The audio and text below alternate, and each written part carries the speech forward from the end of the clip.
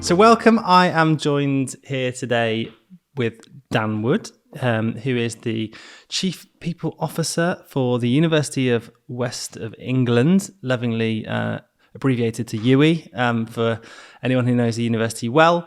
And before that, you were Chief Officer for People and Organisational Development. That's right. At Avon and Somerset Police for a good 8 years. Commissioner for the Scouts. You've worked in charities, Skills for Health in quite senior roles throughout your career.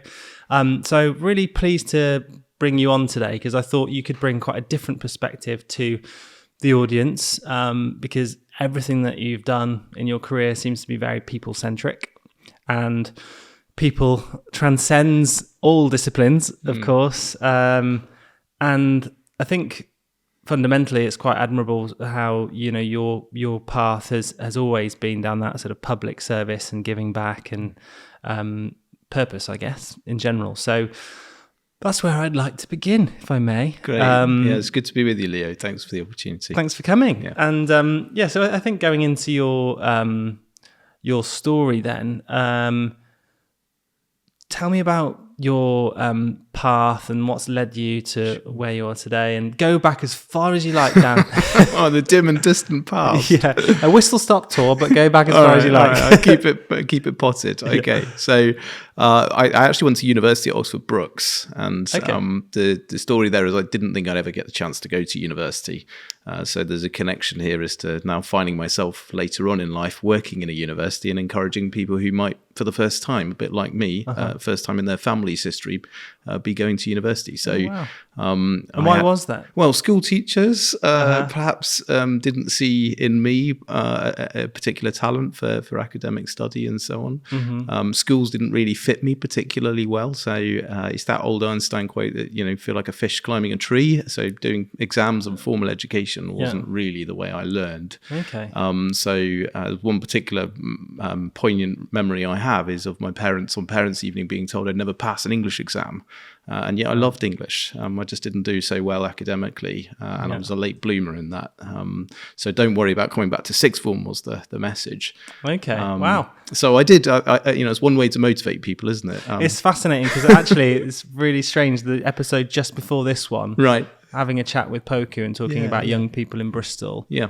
And how the obstacle can often be the teachers, and thinking that, you know, almost instilling that belief that they're not good enough, or they should lower their aspirations a little bit, which is just mad. Like in that role, you should be the one really sort of flying the flag for these young kids. Yeah, and it's all about mindset, isn't it? And if you know that there are barriers, whether that's, you know, attitude or perceptions, or whether it's about, you know, how people treat people with different backgrounds and so on, actually you work really hard to overcome them. And, you know, Poke is an absolute champion for that, isn't he? I find him a hugely inspiring person. Yeah, absolutely. But, you know, my background there in terms of being able to go to university, I was just so proud to have the opportunity. And, you know, Brookes was a place a bit like UWE that is very passionate on, you know, widening the groups of people that can see university as a place they can succeed. And it's very practice oriented. So a lot of the disciplines that you find at Brookes are really grounded in practical study, you know, making a difference in the world. And as it happened, I ended up taking publishing. So, you know, having been told I wouldn't do English, there I was editing manuscripts and learning all about the book publishing industry and, you know, digital and print-based book publishing, editorial, all of that sort of stuff. And I absolutely loved it. And after that, I thought I'd probably go into the publishing industry. However, when I left university, I started doing sort of temping assignments. I managed to get a short spell, you know, working, editing manuscripts and so on. And the truth be told, I found it deathly boring. So, you know, I found that what motivated me was being around people, actually. So at that moment, I was faced with the choice, what do I do? And like many people who don't know what they do, I thought, I know, I'll go and do a PGCE and learn to be a teacher. Right? I didn't know that. So I went off to Exeter University and joined the PGCE program, fast track program for leadership and management in schools. and got right the way through to the summer of the program. Wasn't able to complete because my mother was ill, and I returned back home to Bristol to take on caring responsibilities and family responsibilities. And in order to pay my way while I was doing that, I returned to temporary assignments. So I worked with lots of businesses and organisations across Bristol, basically doing administrative services, often being a PA to directors and so on. And that was largely thanks to my mother, who taught me how to touch type. Oh, great. So I was able to kind of be fairly speedy and so on at that kind of thing. And in doing that, I landed up with an assignment at Skills for Health. So they gave me the opportunity, after having temped there, to take on a permanent role. And I was persuaded to join the marketing team at what was then a small organisation, but had the prospect to grow really rapidly. And that's what happened to it. It went from having 60 something staff to nearly 600 staff in say 4 or 5 years. Wow. I've really sort of enjoyed being part of that journey. Was that in a marketing role? I was in the marketing role. So I did that for probably three years or more. Really trying to promote the services of the organisation to the wider health sector. So I worked in the independent, voluntary and NHS parts of the sector. At the time, government funding was being withdrawn from what are called non-departmental public bodies, of which Skills for Health was classed. So it had to find a way to commercialise its operations, start to sell services directly to NHS employers. And that's where the kind of marketing piece came in, is trying to put our product out there and sell it into the health sector. Great. Yeah. So then you continue down a path of... from there, I guess, the public sector almost, and exactly. You had quite a major role in the Scouts, but then into the fire service, and now the university. I mean, what is it, would you say, that attracted you to that world, and what sort of is that innate desire to pursue a career in those industries? So purpose, I know you touched on the words, and it is such a great question, isn't it? What motivates and inspires you? What's your personal why? Comes from really my growing up, my upbringing, and I had the wonderful opportunity of being involved in Scouts as a young person, and it's an organisation that really has this idea of purpose right at its centre. It's about helping other people, it's about doing your best. It's about having a set of values and character traits that mean you're a good human alongside other people. And so that sort of runs through me like a stick of rock. And I remember making that promise to do my best and to contribute and help other people.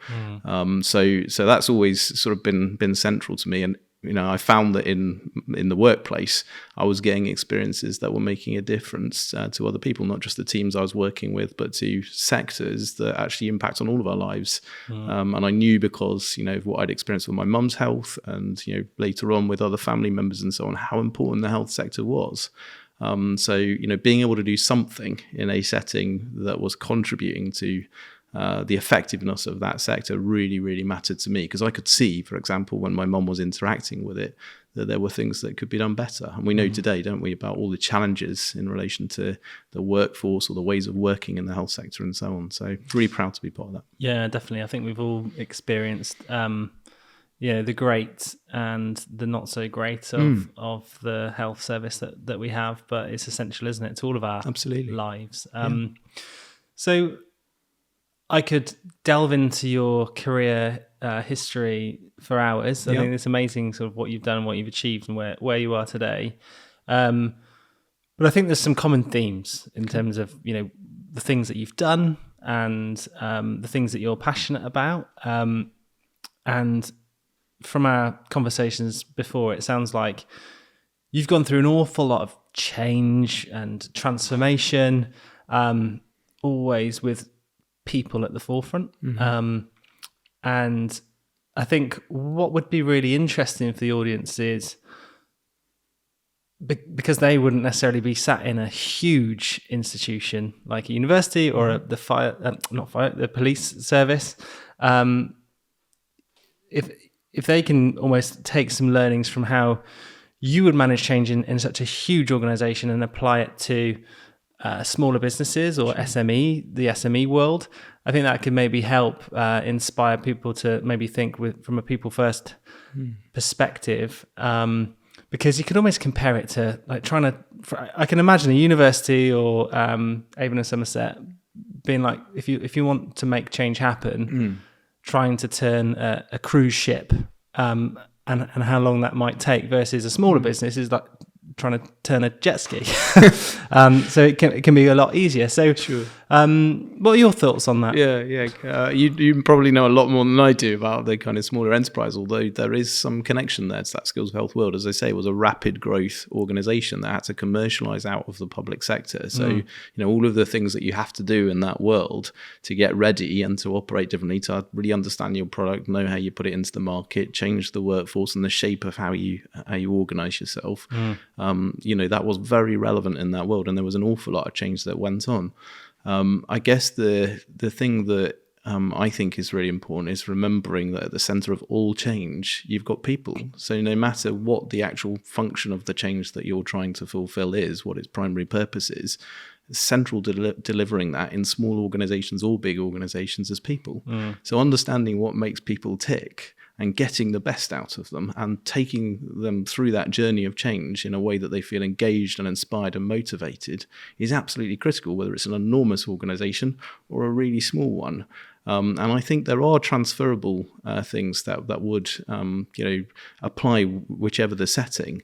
But there are probably some things that you have to recognize as being specific and contextual to the type of organization that you're working in as well. So if I give an example, in Avon and Somerset Police, obviously we're dealing with often people on their most difficult days, a lot of police officers out there trying to do a good job of public service and to help people in their moment of need, often with serious crime or with challenges like mental health and so on. Actually thinking about how you help shape the service that organization provides is really important to think of it from the point of view of the people doing the work in very challenging jobs and the people receiving that service. So actually starting with the end user in mind is really, really important, whether that's the person, as I say, doing the work, delivering it, or the person that's the recipient of that service. So I always think about change management as starting from the outcome that you want to achieve and starting from a user perspective, and then working back from there through to what are the things that you need to do in order to deliver the service in a different way, and think about it through multiple lenses, starting with people, but getting into process, getting into technology, getting into thinking about the data and the evidence base that sits behind it, and using that rounded systems thinking approach is a way that I like to think about it in order to think about how do you do the change well. So I think that applies whether it's a big organization or a small organization, but that's particularly pertinent if you're working in a space where you've got people who are the lifeblood of that organization interacting with really difficult, challenging issues day to day. You really have to lean into the people aspects of that in terms of how you support people. Yeah, I really like that. I think that's quite pertinent in when it comes to experiences I've had in the past, and probably a lot of other people have had in the past, especially in large organizations as well. Often change can just happen and the people haven't even been considered overnight. Right, this is how we're doing things now. We're making this change to the strategic direction. We're launching this new product line or service, and you have to fall in line and adapt. And I think what lacks often is empathy. Yeah, I agree. To a certain extent. And what you said there is, comparing the boots on the street in the police force to the people on the factory floor in an organization. Often these decisions are made at the C-suite level and not thought sort of bottom up. They're thought top down or even shareholder down, and people get forgotten often along the way. So how would you encourage organizations to really put that empathy at the forefront, and what sort of mechanisms can they use to hear from the people that are really sort of at the coalface of their business? Yeah. So I think that at the center of what you're describing has to be values as well. Yeah. So, you've talked about kind of caring and compassion and empathy and those attributes. I think you also need courage and change, because you have to take people sometimes through difficult things that maybe, people don't see that they want to do. So combining courage with empathy, I think, is very powerful. And, also thinking about attributes like learning and not having blame at the center of what you do. So kind of have some of these principles from the outset are really, really sort of core. So learning and not blame is one of those. But in terms of practical steps, I think it's really important for leaders to listen and to actually share the challenge. Often in the sectors that I've worked, necessity is the mother of the invention, because it's a financial constraint or it's a policy change or it's something from the external environment that means we have to adapt as an organization to continue to thrive and to continue to perform. So often the driver is a predetermined one, but what's within our gift is how we do it. And therefore, sharing that challenge as a senior leader with the teams that you work with and saying, look, this is the reality of the environment we've now got. How do we change and adapt to that best? And asking the question. And I think that's about building rapport, building connections, especially in big organizations. You have to work really hard because the distance between the C-suite and the shop floor can be enormous otherwise. And that's a distance that's not just a sort of physical or numeric one, but it's a psychological one as well. So how do you help people feel safe to say things to you as a senior leader that might be challenging, that they otherwise might think there could be a repercussion for them saying? How do you put them at their ease and say, actually, no, I really want to hear from you how best we tackle this challenge. What's your experience? You're on the front line of this. So I think finding all sorts of practical mechanisms, whether it's focus group conversations, whether it's actually bringing people into the design process. So we've used kind of agile methodologies where we kind of do sprints around getting people in a room and starting to shape a blueprint for something, or setting the requirements for a different service, for example. Or whether it's actually working with them in terms of surveys or, pulse surveying as you go through a change process. How are you feeling at this point in the process? What could we do better, and so on. At the heart of all of that is listening, isn't it? And connection. So I think the really important job of the leader is to bring down the barriers, close the gaps, and get really good at listening. That's essential. Yeah, I think that what you said there is a really important point, is the word safety. And I think where a lot of organizations struggle is creating that environment that is psychologically safe, where people can feel that they have a true voice and tell the leadership of their ideas, challenges, opportunities, whatever it might be, but without judgment. And I think sometimes it's all good saying it, but then how do you make your team believe it and make it feel authentic? And it's really hard, isn't it? That's the bottom line, because sometimes some of the things that people may wish to say actually relates to how well you've led. And so you've got to be able to kind of defer your reaction to that in terms of actually listening and properly taking on board feedback that you might find really quite difficult to hear, which, as a leader, I think it takes some courage and some skill to be able to self-reflect effectively and really take on board what people are saying. But ultimately, you have an impact on all their lives. You're making choices. Often some of the sort of changes that I've had to manage are about taking cost out of organizations while still trying to maintain a really good service. And that sometimes means that, individual jobs are impacted and so on. So when you do that, that you're holding in your hand people's lives. And if therefore something isn't working well, or something could be done better, or there's something that you've done that's impacted people adversely, actually you need to know about it. And it's in your interest if you're going to create the kind of environment in which people can thrive, in which an organization can perform, it's in your interest to try to bring down those barriers and actually allow people to say to you, the unbridled truth as they see it. If you can do that, and if you can allow a space in which people feel safe to do that, you have a great deal of insight then at your disposal, and that allows you to work with people to get better outcomes. So to my mind, you have to work very, very hard at that as a leader, and you have to demonstrate by living it, by example. You have to show that, when you get the difficult bit of feedback, you say thank you. Mm-hmm. And actually, that's really great. Thank you for telling me that, and let me be curious about what's behind what you've told me. So that piece of feedback that you've given me, which actually maybe I found a little bit difficult to hear, that's obviously impacted you. That tell me a bit more about why that's impacted you and what we could have done differently. So you move into a learning space. And I think that's how you demonstrate then ownership for what's actually happening in the organization. Because often I think there's a big gap, and it happens with values, doesn't it? We see it where there's an espoused value, our stated intent, really good thing, no one can disagree with it. But the reality on the ground is not what people are experiencing. It's not their lived experience. You get this say-do gap. And I think it's really important to hear what's actually going on for people. Because if you care about those values, you don't simply want them to be on the wall. No. You want them to be in people's hearts and in people's experience day to day. Yeah, absolutely. And I think, what I've found personally to be quite powerful when trying to create that psychological safety in that,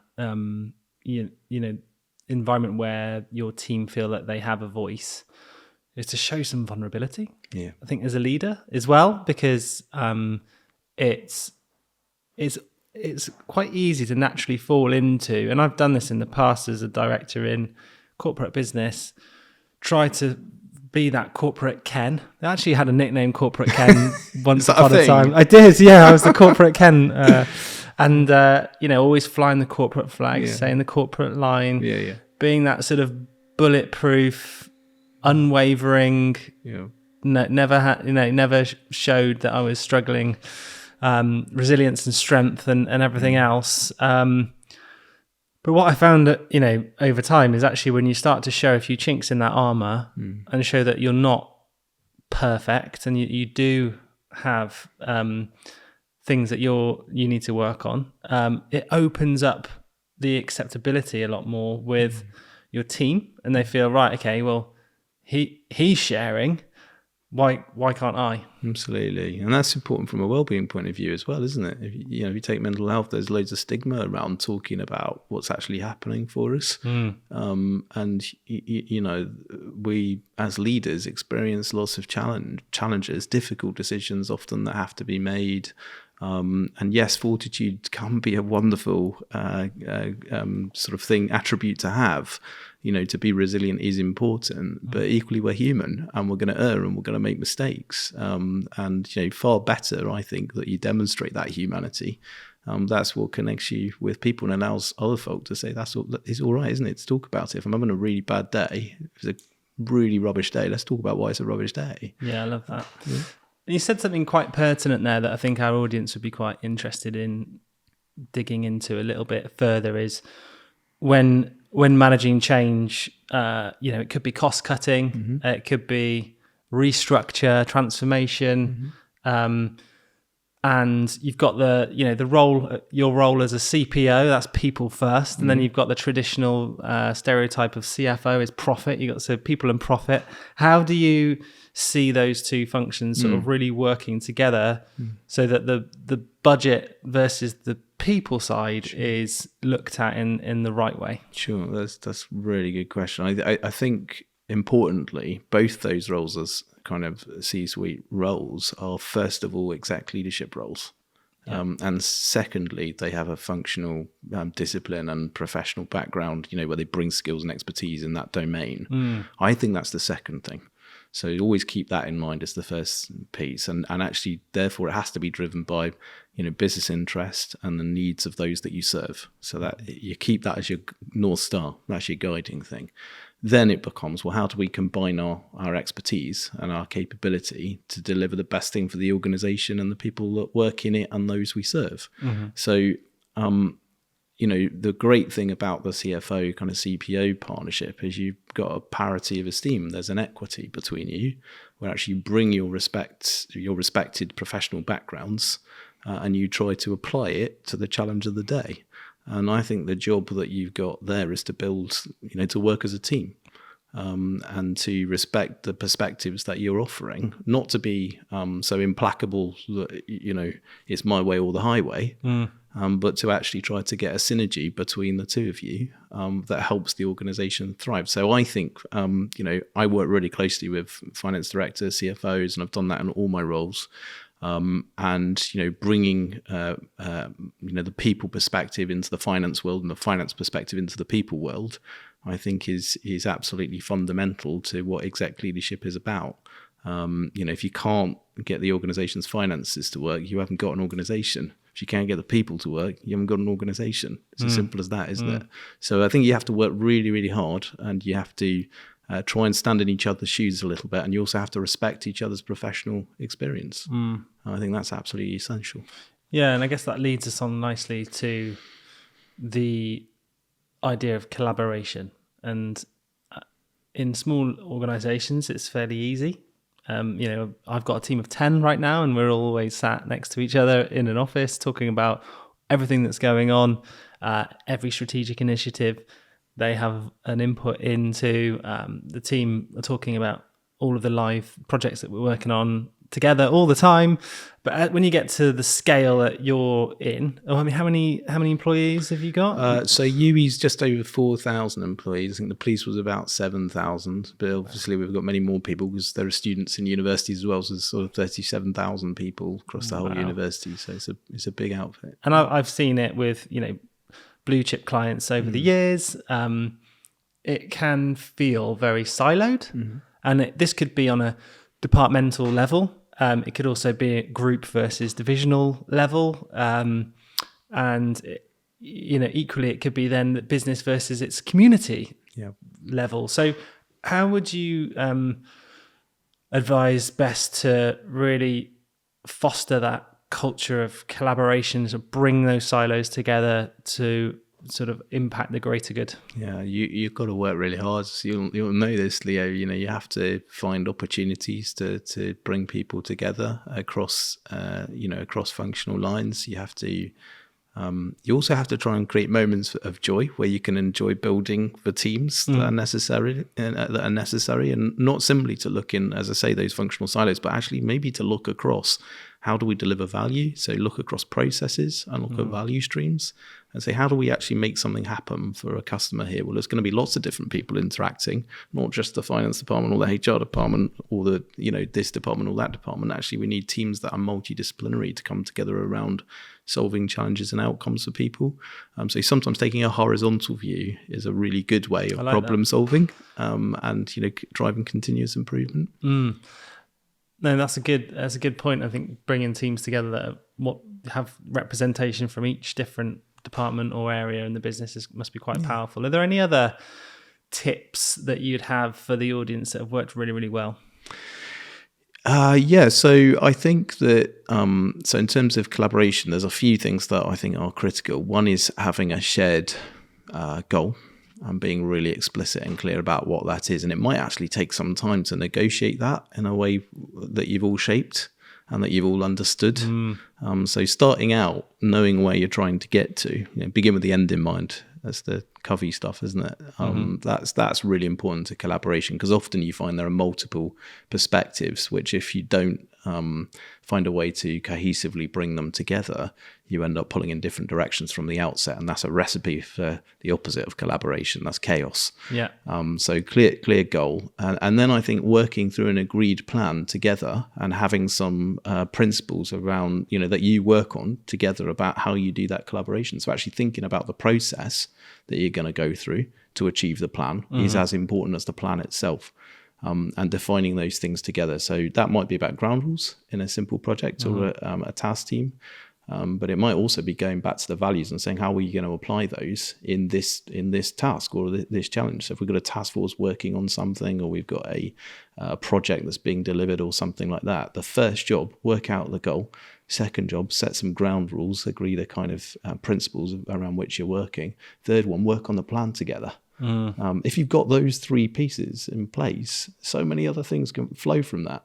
And the rest is all about really team dynamics, isn't it? It's about good leadership and about all the stuff we began our conversation with in terms of psychological safety, learning, encouraging and inspiring people, and so on. Yeah, definitely. I think that's a really good point. Really, is the goal element for an organisation, and how do you enhance that trickle down so that people right at the entry level of the organisation can feel part of that goal. And for quite a long time, I obsessed about OKRs. Have you heard about OKRs? Yeah. And how key result objectives, key results. Right? Key results. And for those not listening, it's a really interesting sort of framework where every team or individual in that business has their own objective, and then the key results that would lead them towards that objective, and then each OKR leads to the next level up, which then contributes to the next level up, then ultimately contributes to the overall vision of the organization, the strategy, and how they're going to achieve that. So then and it's like a traffic light system, and you can see, right, red, amber, green, who is on track with their OKR, who's amber, who's red. And rather than it being a punish or performance management situation, if they're a red or an amber, it's more the rest of the team rally around and say, okay, how can we help that amber turn into a green? And I love that. So what I really love about what you said is the how can I help bit. Yeah. Because that's sometimes you get the kind of traffic light management. I've got drifting mic. It's got a mind of its own. My magnetic personality. I don't know what it is. Clearly not. So there's something about, how do you not get into kind of a very kind of rote system in terms of performance management, isn't it? So when we look at red, often everyone panics and goes, how do we get it to green? Not thinking in an intelligent way about why might it be red? What's caused it to get there?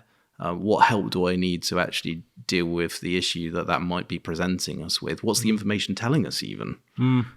So actually, again, I say kind of start with curiosity, but I love what you said, which is how can I help? Yeah. Let's have that mentality about going towards solving problems and going and leaning into challenges in a really constructive and a positive way. So we encourage people to do that and then reward it and say, that's brilliant. Thank you for doing that, and just pointing it out. And when I say reward, sometimes it's the little things, so saying thank you actually really matters, doesn't it? Because we know how we feel when someone says that to us, well done. I really appreciated it when you were able to do that for me. Yeah. It's stuff like that really matters, isn't it? Absolutely. Yeah. I think recognition goes a long way even in the smallest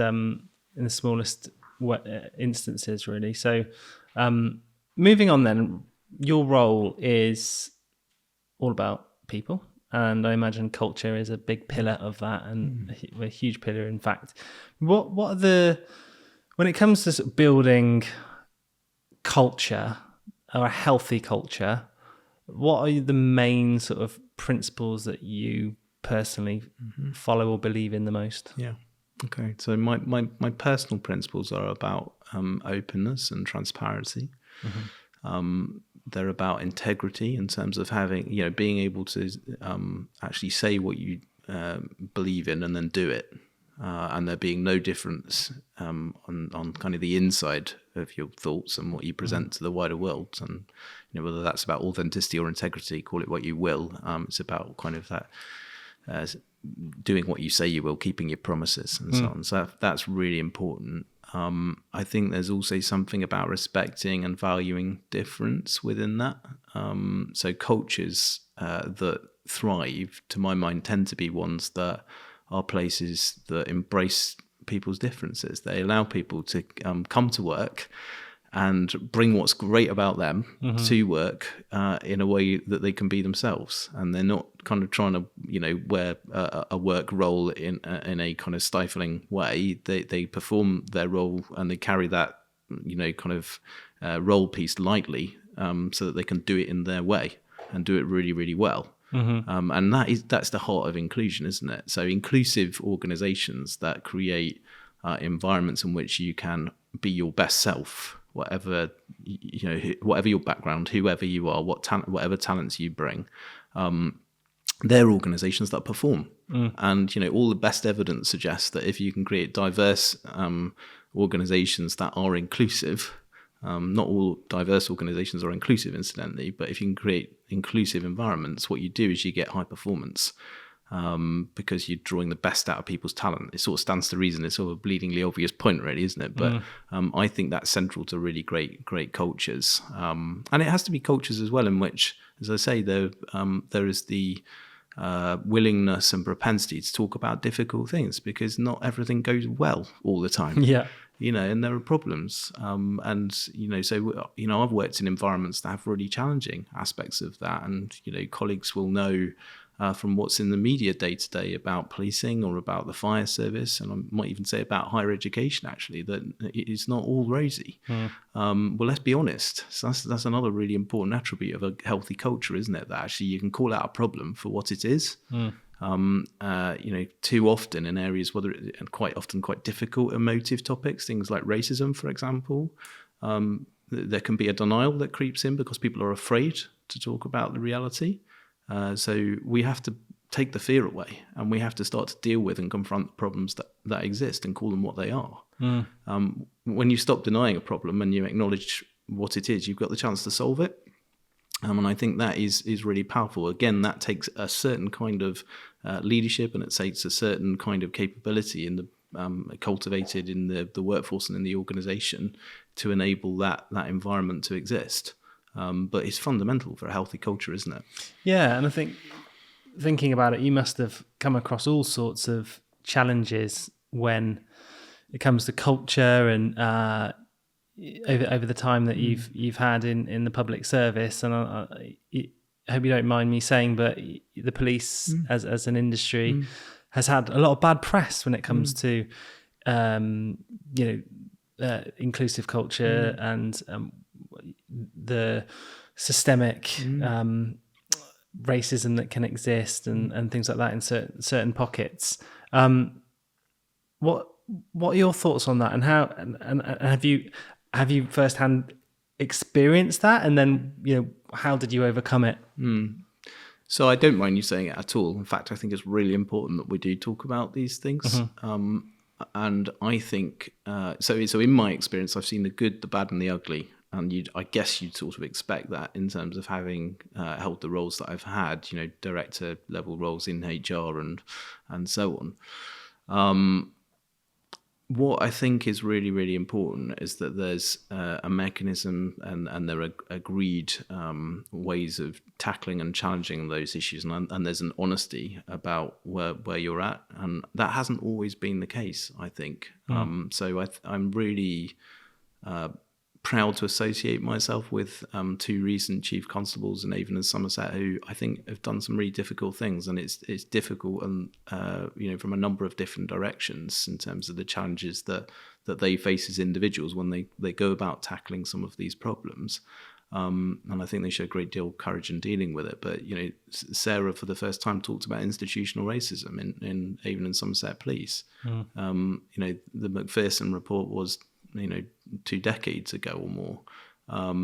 Why has it taken us this long to confront and acknowledge problems that exist very directly and to accept our part in them, and to then start to work with the communities and particularly with those people most affected to try and unpick the things that cause those problems. And racism does exist. It exists on an interpersonal level, on an institutional level, and on a structural level in society.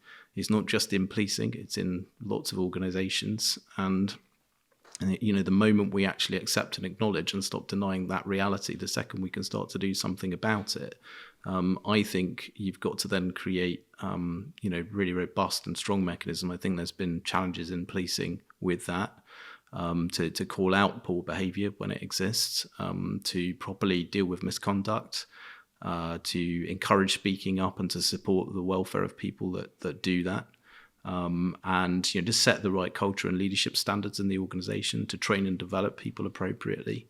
All of those things are very, very important, and I think it's the only way we create public services that we can be proud of. I could equally have spoken about the NHS, where we see examples of disproportionality in relation to how different groups are treated or have different outcomes.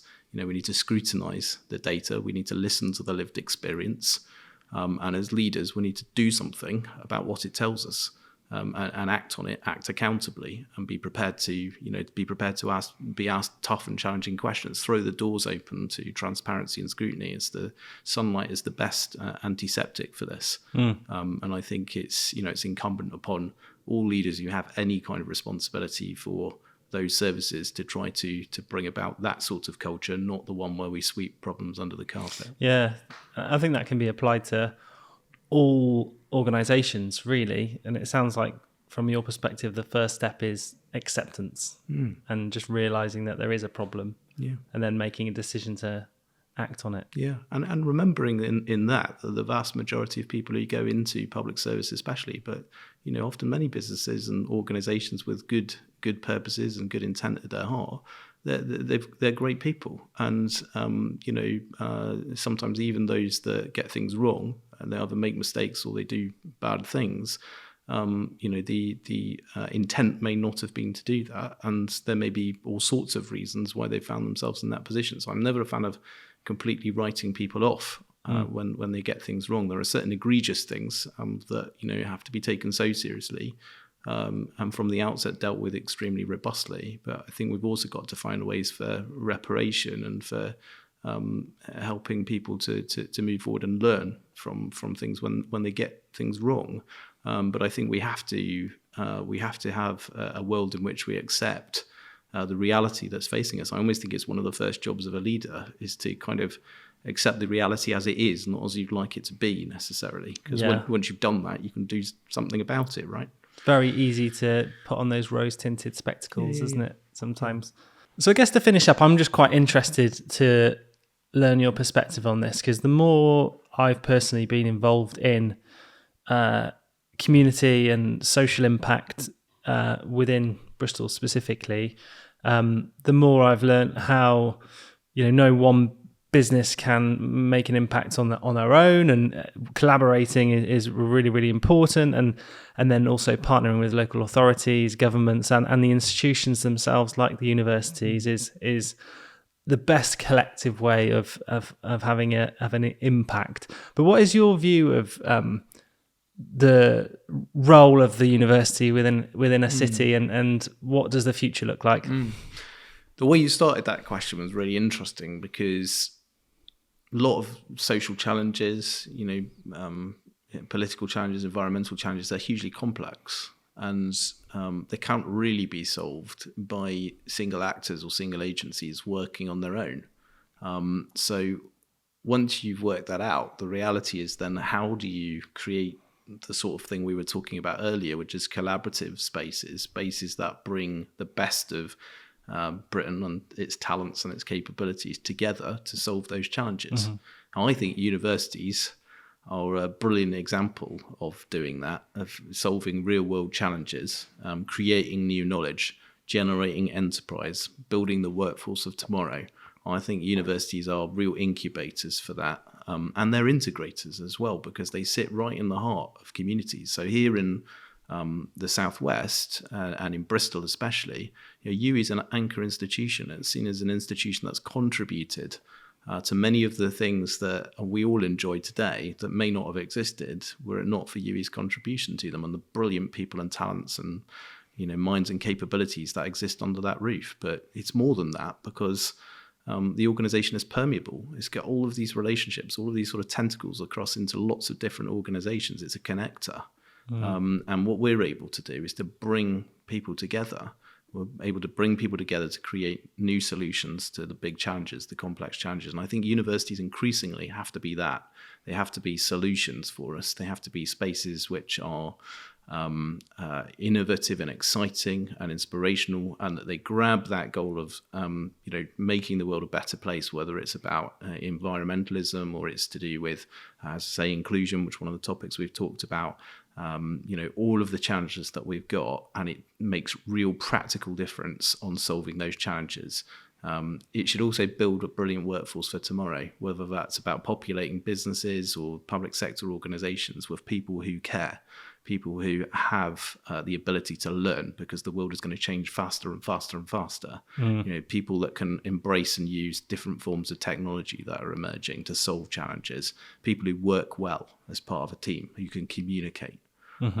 This is what universities are about. So, as I say, my story began with really not feeling like a university could be a place for me. You know, I saw them as a fairly aloof, remote, sort of environment where I just didn't seem to be, to me, it felt elitist and not inclusive, actually. I don't think that's the university of the future. I think the university of the future is one that embraces difference and one that tries to invite the communities in and make it a space that we all own, actually. So in a sense, the walls of the university institution don't define its boundaries. We bring all that down, and instead what defines us is our purpose and our mission about solving problems in the world. We've got to find new ways to do that. And I think UE's already got a wonderful track record of doing that, which I'm so proud to be there, actually. Amazing. And for the listeners out there, whether from an individual perspective or from an organizational perspective, if they are interested in getting involved with collaborating with UE and giving back, how would you encourage them to do that? Yeah, so we've got lots of routes in. There are different sort of business partnering arrangements, and you probably know about them as well as I do, but there are engagement routes in for businesses to find out about working with us. We also help startups, and we help businesses with their development plans and so on. We've got a wonderful kind of business laboratory there's the robotics unit down there. We've got all sorts of facilities. We've got the law school in which we're often training up the barristers and the solicitors of the future and so on, and people come in and do real practical learning there. But there's lots of ways for employers to engage with us. And I'd just say reach out, make contact. You can find all our details on the website, so ue.ac.uk.